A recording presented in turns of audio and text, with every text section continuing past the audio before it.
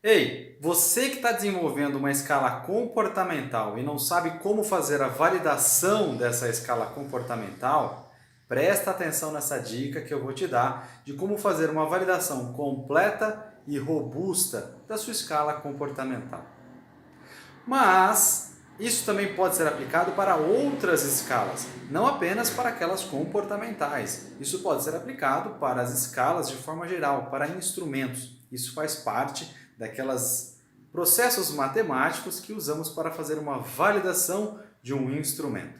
Dentre as muitas etapas que nós temos, que são basicamente 12 etapas, existem duas etapas que foram inovadoras nessa última publicação que nós tivemos, em uma escala de dor aguda em suínos, no pós-operatório de suínos.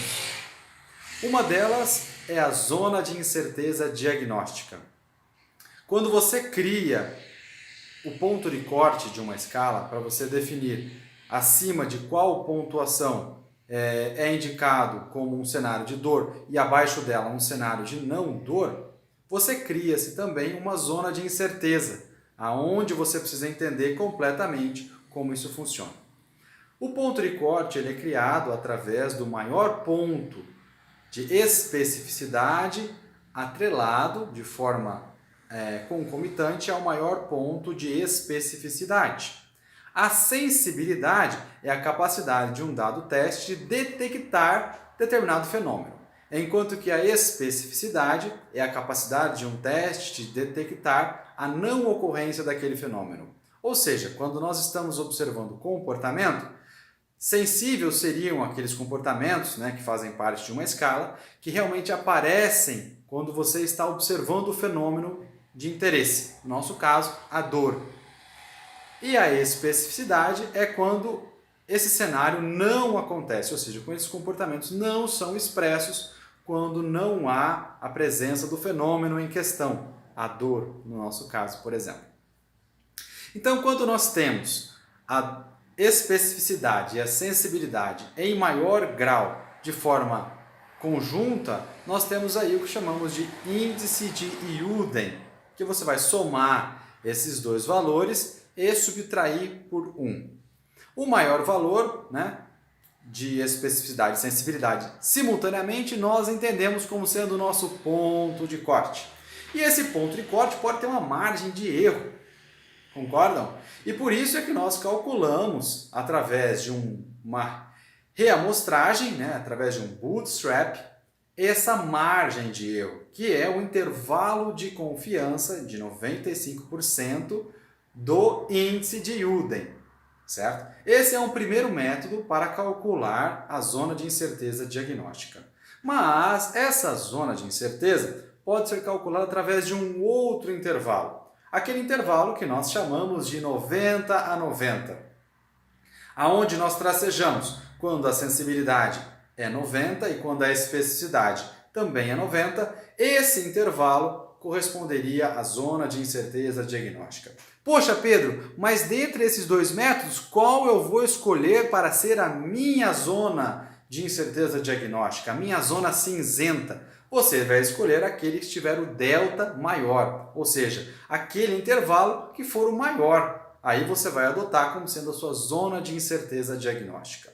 Isso é muito importante porque acima do ponto de corte nós temos aqueles animais que são verdadeiramente com dor, os verdadeiros positivos. Porém, existe uma zona de incerteza, pois alguns desses animais podem estar pontuando nessa escala ou podem estar sendo enquadrados como acima do ponto de corte, porém não estarem apresentando o fenômeno que estamos querendo investigar. E aí chamamos isso de falso positivo. O inverso, atrás do ponto de corte, também acontece. Animais que estariam expressando o fenômeno, porém não expressam o comportamento. Então, classificamos-os como os falso negativos, porque eles estão sendo classificados como negativo, porém eles não são negativos, certo? Então, para que nós possamos evitar os falsos positivos e os falsos negativos, vamos calcular a nossa zona de incerteza diagnóstica, ou a famosa zona cinzenta. E assim, acima da zona cinzenta e abaixo da zona cinzenta, nós teremos então os valores respectivamente. Acima, verdadeiramente positivos e abaixo, verdadeiramente negativos. O ideal é que essa zona cinzenta seja a mais curta possível. Isso mostra a acurácia e o bom desenvolvimento do seu instrumento, ou seja, da sua escala, que pode ou não ser comportamental. No nosso caso, uma escala comportamental. Uma outra novidade que nós trouxemos nesse artigo de suínos é, de fato, a quantificação da dor. Os estudos até então têm utilizado apenas o reconhecimento da dor, fazendo um ponto de corte, dizendo que acima de tal pontuação o animal estaria com dor e abaixo dela livre de dor. Porém, é muito interessante para nós, e acredito que para todos que utilizarem esse tipo de escala, entender a quantificação da dor. Ou seja, o animal sente dor, está com dor, expressa esse fenômeno, mas o quanto desse fenômeno está sendo expressado?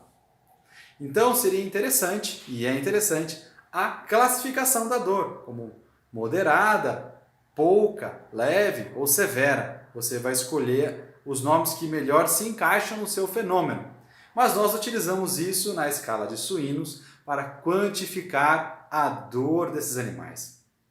Além de reconhecer, de diagnosticar que os animais têm dor, é muito importante para nós diagnosticar o tamanho dessa dor. E é por isso que nós calculamos a intensidade da dor através de uma análise de cluster, não é?